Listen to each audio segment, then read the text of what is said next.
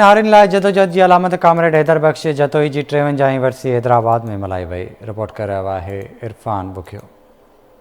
Comrade Haidar बख्श जतोई जी 52 वर्सी जा ब अलग अलग जलसा कलोड़ा कॉलोनी और खत्थड़ ग्राउंड में मुनक़िद किया विया।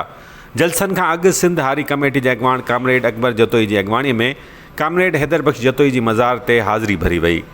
खत्थड़ ग्राउंड वाले जलसे में अकबर जतोई, MS भुरगड़ी, मीर हैदर टालपुर, कामरेड लखाड़नो शोरो और बियन शिरकत कई। जैसे तो कलोड़ा कॉलोनी वालो जलसो समर जतोई की अगवानी में थी गुजरियो, जैमें डॉक्टर कादिर मक्सी, अब्दुल खालिक जुणेजो, बख्शल थलो और बियन अगवानन शिरकत कई।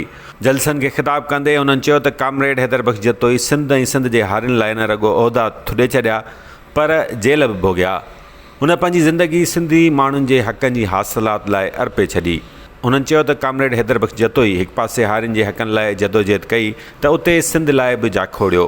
कामरेड हैदर बख्श जतोई एक शानदार किरदार हो जैं सिंध ला पंहिंजी सॼी ज़िंदगी वक़फ़ करे छॾी। हे सिंध में अॼु जेके ॿ हारी 2-2 एकड़ ज़मीन जा मालिक आहिनि, इहे कामरेड हैदर बख्श जतोई जी तहरीक के नतीजे में आहिनि।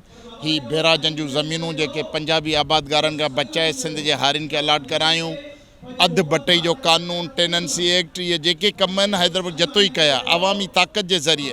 न कंहिंखे डंडो हई, न कंहिंखे पिस्तौल ॾिनई। हुन हारिन जे लाइ पंहिंजी सॼी ज़िंदगी जेल में गुज़ारी।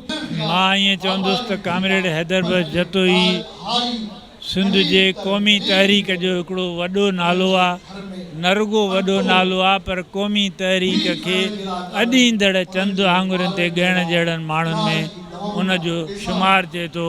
जीअं साईं GM सैदो, अलाब सूमरो, हशू केवल रामाणी ऐं कामरेड हैदर बख्श जतोई, इहे 4 वॾा नाला आहिनि जिन जे फ़िक्र ऐं जिदोजहद जे नतीजे में अॼोकी क़ौमी तहरीक सिंध जी वजूद वठे थी।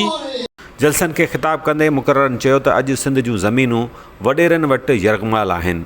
एक पासे सिंध जो हारी वॾेरनि जे ज़ुल्म जो शिकार है तो ॿिए पासे शदीद पानी खोट सिंध की ज़रा तबाह करे छॾी आहे।